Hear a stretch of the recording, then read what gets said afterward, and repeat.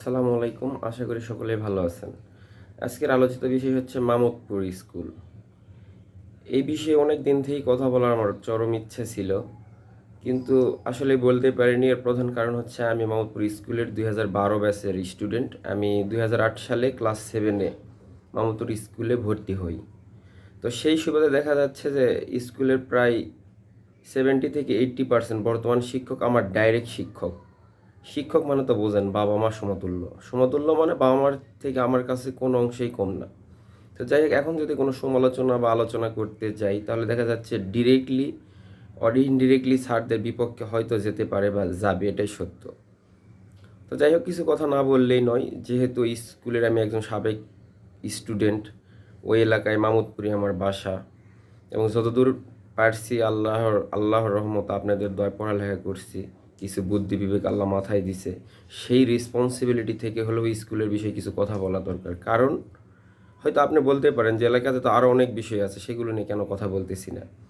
আসলে স্কুল মানেই মানুষ গড়ার কারিগর, শিক্ষাই একটা জাতির মেরুদণ্ড। তো এই বিষয়গুলো না আসলে কথা বলা দরকার, কারণ স্কুল খুবই একটা সেন্সিটিভ বিষয় এবং খুবই গুরুত্বপূর্ণ একটা স্থান। যদি এটা কলাপস করে বা এর ল অ্যান্ড অর্ডার বা নিয়ম কানুন যদি ফল ডাউন করে, এর চরম ভোগান্তি আমাদের পোহাতে হবে অদূর ভবিষ্যতে। তো যাই হোক, যখন আমি ক্লাস 7-এ 2008 সালে ভর্তি হই, তখন দেখছি যে স্কুলের একটা ভালো মনোরম একটা পরিবেশ ছিল। এখনকার মতো হয়তো এতটা অবকাঠামোগত উন্নয়ন ছিল না বা হয়েছিল না তার, কিন্তু স্কুলের পরিবেশটা খুবই ভালো ছিল। বিশেষ করে সিনিয়র জুনিয়র খুবই মেনটেন করা হতো এই সময়টা। এক ক্লাস উপরে মানেই মনে করেন যে হচ্ছে আপনার বস, বা আপনার মনে করেন যে এক ক্লাস উপরের ভাই বোন মানেই বিশাল ব্যাপার। এবং তাদের দেখে আমরা প্রচুর সম্মান করতাম, প্রচুর শ্রদ্ধা করতাম, এবং তারা আমাদের খুব ভালোবাসত। সময়টা এরকম ছিল। আর ওই সময় আমাদের মামুদপুর স্কুল খেতলাল থানা, জয়পুরহাট ডিস্ট্রিক্ট তথা রাজশাহী বিভাগীয় পর্যায়ে বিভিন্ন সময় বিভিন্ন প্রতিযোগিতায় প্রথম হইতো, বিশেষ করে পড়ালেখা, খেলাধুলা। আমার মনে আছে আমি ক্রিকেট ফুটবল অতটা ভালো ছিলাম না, কিন্তু আমার ব্যাটসম্যান যেমন হচ্ছে রাজু ক্রিকেট খুব ভালো খেলতো, ইশতিয়াক ক্রিকেট খুব ভালো খেলতো। তারপর আমার আরেক বন্ধু ছিল মনোয়ার। আমাদের আরও সিনিয়র ভাই ছিল, যেমন হচ্ছে পানিসারার সবুজ ভাই, তারপর চাইমাপুরের হানিফ ভাই, তারপর হচ্ছে আমার পাড়ার হচ্ছে আমিনুর ইসলাম সুজন, তারপর ধনতলার হচ্ছে মেহেদুল ইসলাম নাহিদ ভাই, তারপর হচ্ছে মহিমের মুর্শিদুল ভাই সহকারে আমি হয়তো আরও অনেকের নাম বলতে পারলাম না, সরি। এই ভাইগুলা বা আমার এই বন্ধুগুলা নিচের ব্যাচের হচ্ছে পানিসারা সিরাজুল থেকে শুরু করে, তারপর হচ্ছে ফিল্টের স্বপন, ছোটো ভাইও মনে হয় মাউথ স্কুলে জব করে। যাই হোক, সবাই খুবই ভালো, এরা খুব ভালো ক্রিকেট ফুটবল খেলতো। এবং বিভাগীয় পর্যায়ে আমাদের স্কুলে এক সময় বিভাগে বিভাগে গিয়ে মনে হয় টিকতে পারেনি, কিন্তু বিভাগীয় পর্যায়ে খেলছিল। এবং সিটিসেল চ্যাম্পিয়ন কাপ একটা স্যার ছিল, ওখানে আমাদের স্কুল নাটোর পর্যন্ত খেলে আসছিল। সে কি আনন্দ হই হুল্লোড়! আমরা সবাই মিলে মনে করেন যে হচ্ছে স্কুলের তরফ থেকে দুই একটা ভটভটি ভাড়া করে দিত। আমরা খুবই মজা করে স্যারদের অনুমতি নিয়ে খেলাধুলা দেখে আসতাম, বা স্যার আমাদের স্কুলের তরফ থেকে হালকা পাতলা নাস্তা পানি করাতো। যাই হোক, সময়টা খুবই সোনালি ছিল এবং পরিবেশ খুবই ব্যালেন্স ছিল। আমি ওই সময়টাতে সিনিয়র জুনিয়র কাউকে স্কুলের ভেতর তো দূরের কথা, জঙ্গলেও কাউকে সিগারেট বিড়ি খেতে দেখিনি। যদিও দেখছি সেটা খুবই মেনটেন করে, হয়তো দুই একজন খাইছে। কিন্তু এখন দেখা যাচ্ছে, শোনা যাচ্ছে যে স্কুলের ভেতর নাকি নেশা করে, যখন তখন বহিরাগত স্টুডেন্টরা ঢুকে পড়ে, প্রেম প্রীতি এগুলো নাকি এখন নিত্যদিনের বিষয়। এটা তো হওয়ার কথা না, এটা হলে তো সমস্যা। কারণ হচ্ছে আমি আজকে স্কুল থেকে পড়ে আসছি, আমার ছোটো ভাই পড়তেছে, ভবিষ্যতে আমার সন্তান পড়বে। তো স্কুলের কালচার পরিবেশ যদি এইরকম থাকে, তো সব তো মানুষ চাষা টোকাই চোর বের হবে। তো যাই হোক, এটা কঠোর হস্তে এটা দমন করতে হবে। আর স্কুলের এই ইমব্যালেন্স হওয়ার পিছনে সবচেয়ে বড় কারণ আমি মনে করি স্কুলের পর্যাপ্ত পরিমাণে জমি থাকা বা সম্পদ থাকার কারণে। এই সম্পদ নিয়ে টানা হেঁচড়া দেখা যাচ্ছে। তখন ম্যানেজিং কমিটি এবং গভর্নিং বডির কাজ কি? একটা স্কুলের শিক্ষক ভালোভাবে ক্লাস নিচ্ছে নাকি, স্কুলের পরিবেশ ঠিকঠাক আছে নাকি, অবকাঠামোগত সংস্কার করতেছে নাকি, টোটাল স্কুলে একটা জবাবদিহিতার কারণে স্টিয়ারিং কমিটিটা রাখা হয়েছে সরকার থেকে। কিন্তু আমাদের স্কুল সহকারে বাংলাদেশের যত স্কুল আছে, বিশেষ করে সম্পদশালী প্রতিষ্ঠান, যখন ম্যানেজিং কমিটি এবং গভর্নিং বডির ভোট আসে, দেখবেন যে হুমড়ি খেয়ে সবাই পড়তেছে। ঠিক মনে হয় ভাগারে একটা গরু মরছে, শগুনের দলেরা চলে আসছে মাংস খাওয়ার জন্য। মানে দুঃখের বিষয়, পরিতাপের বিষয় এগুলো, মানে আসলেই কিভাবে বলবো আমি জানি না, আমি হয়তো গুছিয়ে বলতে পারতেছি না। স্কুলটা এতভাবে কোলাপস করছে, আর হচ্ছে মানে নিয়ম কানুন বা সিস্টেমগুলো সবগুলো নষ্ট হয়ে গেছে, মানে বলার মতো না। ফেসবুকে দেখবেন যে রহ রহ এগুলো নিয়ে আলোচনা হচ্ছে। মানুষের মনে হয় যে মামুতুর স্কুল এখন আমাদের ইউনিয়নের টপ অফ দ্য ডিসকাস, বিশেষ করে সরকার পতন হওয়ার পর থেকে। তো যাই হোক, ওই মানে স্কুলের মানে ম্যানেজিং কমিটিজ বা গভর্নিং বডিতে এখন পর্যন্ত আমি একটা লোককে দেখলাম না যে সে একটা সদিচ্ছা নিয়ে লোভ সংবরণ করে স্কুল সংস্কার করার জন্য আসলো। বিগত সময়ে আমরা যখন স্টুডেন্ট ছিলাম, অনেকেই বাসায় গেছে, আমাকে বুঝাইছে, আমার বাবা মা, আমার গার্ডিয়ান, আমার ফ্রেন্ড সার্কেল, সিনিয়র জুনিয়র, সেই সময় সমসাময়িক যত স্টুডেন্ট ছিল সবাইকে বুঝাইছে, মাথা ওয়াশ করছে, বাবা আমি আসতেছি, স্কুলে একটা পরিবর্তন করব, আমি আসতেছি তোমার ফুল ফ্রি করে দিব, আমি আসতেছি স্কুলে একটা করে প্রত্যেক বছর পিকনিক হবে, আমি আসতেছি মিলাদের টাকা দিতে হবে না, আমি আসতেছি তোমাদের হচ্ছে টেক্সটমোনিয়াল সহকারে জেলা মাসিক বেতন বা হচ্ছে পিকনিকের খরচ দিতে হবে না, আমি আসতেছি প্রত্যেক বছর স্কুলে একটা মিলাদ হবে, আমি আসতেছি স্কুলের হচ্ছে মন্ত্রণালয় থেকে টিফিন নিয়ে এসে দিব, আমি আসতেছি স্কুলকে জাতীয়করণ করে দিব। এই রকম মনে করেন যে হচ্ছে মূলা ঝুলিয়ে ঝুলিয়ে সবাই ক্ষমতায় আসছে। কিন্তু কারো একটা কাজ আমার পছন্দ হয়নি। যতগুলো ম্যানেজিং কমিটি আছে মামুদপুর স্কুলের, কারো একটা কাজ আমার পছন্দ হয়নি। আমি বিশাল কোনো যোগ্য বা হচ্ছে মেধাবী লোক নয়, কিন্তু আপনারা যারা বিগত সময় বা বর্তমান লাস্ট কমিটি পর্যন্ত দায়িত্ব ছিলেন, তারা একটা জরিপ করে দেখতে পারেন যে আপনাদের জনপ্রিয়তা কতটুকু। হয়তো হ্যাঁ, বিভিন্নভাবে আপনারা ক্ষমতায় আসছেন, কখনো দলীয় ক্ষমতাকে মিসইউজ করে অথবা মানুষকে আই ওয়াশ করে আসছেন। আর সবচেয়ে বড় কথা, একটা নির্বাচন হলে কাউকে না কাউকে তো ভোট দিতেই হবে, ক্ষমতায় তো আসতেই হবে।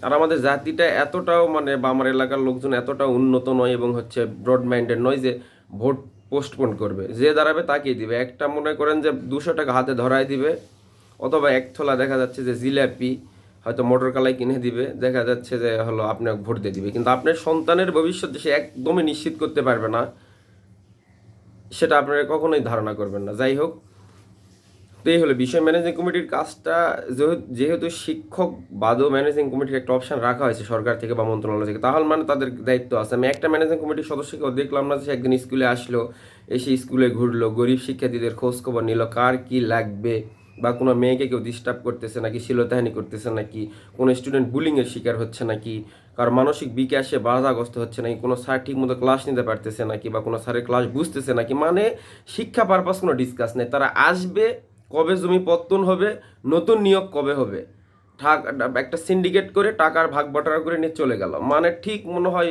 মানে একটা বেতনধারী একটা মানে প্রতিষ্ঠানের মতো বা একটা অর্গানাইজেশনের মতো, যে মাস হলো আপনাদের বেতনের ব্যবস্থা হলো, আপনারা নিয়ে যায় সংসার পরিজন মানে সংসার মানে চালালেন আর কি। এটা খুবই দুঃখের বিষয়, খুবই দুঃখের বিষয়। স্কুলের ভালো একটা পরিবর্তন নিয়ে আসা উচিত আমি মনে করি। আর বিগত সময়ে যে উল্টাপাল্টা যে হিসাবগুলো আছে টাকা পয়সার, এগুলো জনসম্মুখে প্রকাশ করা উচিত। যদিও বাংলাদেশের ল অ্যান্ড অর্ডার অনুযায়ী একটা স্কুলের প্রধান শিক্ষক, ম্যানেজিং কমিটি বা গভর্নিং বডি বা যে কোনো প্রতিষ্ঠানের দায়িত্বপ্রাপ্ত ব্যক্তি সাধারণ জনগণকে তার হিসাব নিকাশ দিতে বাধ্য নয়, এটা সত্য কথা।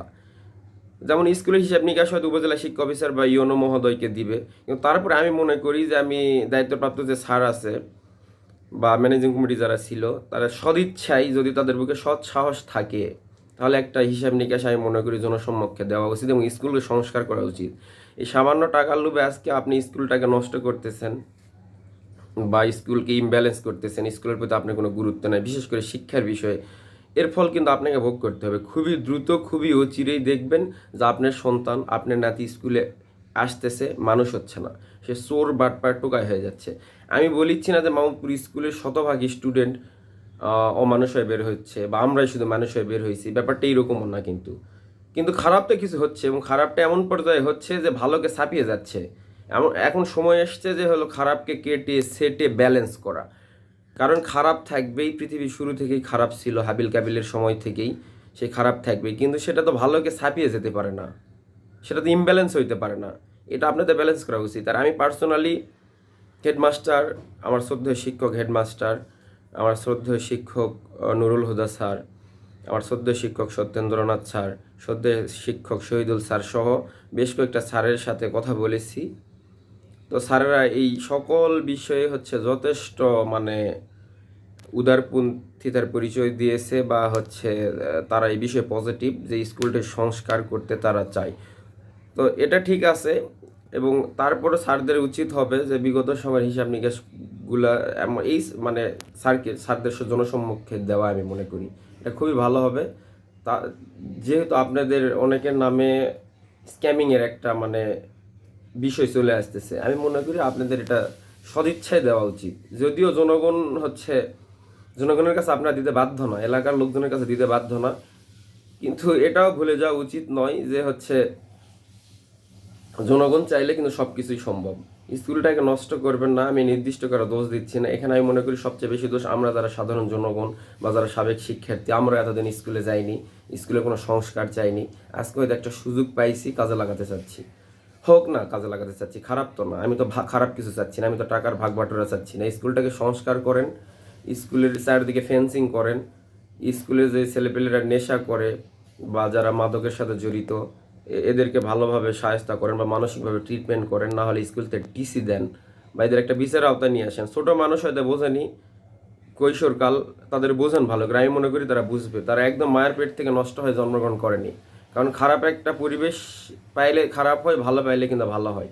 তো যাই হোক, সকলের প্রতি উদারত আহ্বান, এবং যারা স্কুলের দায়িত্বপ্রাপ্ত যে শিক্ষকগুলো আছে তাদের প্রতি তাদের প্রতি অনুরোধ যে স্কুলটাকে সংস্কার করেন, স্কুলটাকে পড়ালেখা করার মতো একটা পরিবেশে ফিরে নিয়ে আসেন। যদিও আছে, কিন্তু আরও চাইলে আপনারা ভালো কিছু করতে পারবেন। আমি মনে করি স্কুলে যথেষ্ট সম্পদ আছে, এগুলো যদি স্কুলের ভেতরে রিইনভেস্ট করা হয়, স্কুলের এনভায়রনমেন্ট যদি চেঞ্জ করা হয়, স্কুলে যদি ছাত্রদের যথেষ্ট অপরচুনিটি দেওয়া হয়, আমি মনে করি স্কুলের রেজাল্ট ভালো হবে এবং ছেলেপেলেরা স্কুলে আসতে উদ্বুদ্ধ হবে। এটা আপনাদের করা উচিত। এটা আপনাদের কাছে অনুরোধ, আমার কোনো অর্ডার বা কোনো অর্ডার নয় বা কোনো হুমকি ধামকি এইরকম কোনো কিছুই নয়। জাস্ট আমি একজন স্কুলের সাবেক শিক্ষার্থী ও মামুদপুর ইউনিয়নবাসী হিসাবে দায়িত্বপ্রাপ্তদের প্রতি অনুরোধ। এবং আরেকটা বিষয় হচ্ছে যে নেক্সট টাইম তো যে এডহক কমিটি দিছে, এরপর তো একটা পূর্ণাঙ্গ কমিটি হবে। বর্তমান স্কুলের যারা অভিভাবক আছেন বা যারা আরও 2 বছর পর্যন্ত থাকবেন বা 6 মাস পর্যন্ত থাকবেন, তাদের প্রতি উদারত আহ্বান যে দেখে শুনে সুশিক্ষিত নির্লোভ একটা ব্যক্তিকে একবার স্কুলের সভাপতি বা ম্যানেজিং কমিটির দায়িত্ব দেন, তাদেরকে ভোট দেন। সামান্য 200-500 টাকার জন্য ভোট দিয়ে 2 বছরের জন্য তারা লুটতারাজ করতেছে বা এইসব করতেছে, এগুলো আপনারা হতে দিবেন না প্লিজ। এই বিষয়টা লক্ষ্য রাখবেন। কারণ স্কুল যদি ভালো হয়, একটা সন্তানকে যদি সুশিক্ষিত করা যায়, আপনার কিন্তু 1 কোটি টাকা ইনভেস্টের থেকেও বা কোটি কোটি টাকা ইনভেস্টের থেকেও সেটা ভালো হবে। যে কথাগুলো আমি একদমই গোছালো বলতে পারলাম না, খুবই এগ্রেসিভ মুডে আছি। স্কুলের বিষয়ে একটা সংস্কারের চিন্তা ভাবনা করা উচিত, সেটা চূড়ান্ত সংস্কার। নেক্সট টাইম যেন কোনো দল, কোনো গোষ্ঠী, কোনো সম্প্রদায় পাওয়ার এক্সারসাইজ করে ম্যানেজিং কমিটিতে না আসতে পারে, এবং তারা যেন স্কুলে ধন সম্পদ লুটপাট না করে। আমাদের এলাকাটা আহামরি খুবই মনে করেন যে বড়লোক বা ধনী এলাকা নয়, যে সবাই যথেষ্ট সমৃদ্ধশালী অর্থনৈতিক দিক থেকে। অনেক সন্তানেরা আছে দেখা যাচ্ছে যারা স্কুলে আসতে পারেন অভাব অনটনের জ্বালায় বা কাজ করতে হয়, তাদেরকে সাপোর্ট দেন, তাদের বাসায় বাসায় যান। কয়দিন গেছেন, কয়দিন খোঁজ খবর নিয়েছেন? কিন্তু জমি পত্তন হলে দেখা যাচ্ছে যে আপনারা যে এরকম ওই পিঁপড়া যে এরকম মিষ্টির গন্ধ পায় এরকম লাইন ধরে যান। আপনাদের লজ্জা হওয়া উচিত, আপনাদের লজ্জা হওয়া উচিত, এবং এর ফল আপনারা খুবই দ্রুত পাবেন। মানুষের অভিশাপ এত বড় জিনিস, আর খারাপ বললামই তো যে ইমব্যালেন্স হলে কিন্তু তার বিচার খুব দ্রুত হয়, আপনার এর ফল পাবেনই। অনেকের হয়তো এখন বলবে যে স্কুলে জমি জমানো এত টেনশন কেন? যারা স্কুলে দাতা, যারা জমি দিছে, আমি মনে করি তাদের সন্তানও স্কুলে আহামরি কোনো সুযোগ সুবিধা পায় না, পায় নামে মাত্র। স্কুলে গেট করতে নাকি লাগছে 6 লাখ টাকা। কিভাবে সম্ভব? ওই গেট দুটা করতে তো 50,000 টাকাও লাগার কথা না। তো যাই হোক, স্কুলটাকে সংস্কার করেন, যথেষ্ট সময় আছে, যথেষ্ট সুযোগ আছে, যথেষ্ট অর্থ আছে, শুধু আপনাদের সদিচ্ছার অভাব। লোভ করার তো একটা জায়গা আছে ভাই, স্কুলটা তো আপনার লোভ করতে হবে, যেখানে আপনার সন্তান মানুষ হবে, আপনার পূর্বপুরুষ বা আপনার উত্তরাধিকারী বা যারা সবাই মানুষ হবে। একটা সন্তান পরিপূর্ণভাবে মানুষ হলে আপনি কীরকম বেনিফিট পাবে এটা আপনি জানেন? তো যাই হোক, স্কুলটাকে সংস্কার করেন, এবং যে যতটুকু অপরাধ করেছে পারলে সেটা ক্ষমা করে দেন, না হলে সেই অনুযায়ী বিচার করেন, আমি এটাই বলবো। যাই হোক, কথা বলার মধ্যে কোনো ভুল ত্রুটি হলে আমাকে মাফ করে দিবেন। একটা দায়বদ্ধতা থেকে কথাটা বললাম, বলা উচিত ছিল, বললাম। আসসালামু আলাইকুম।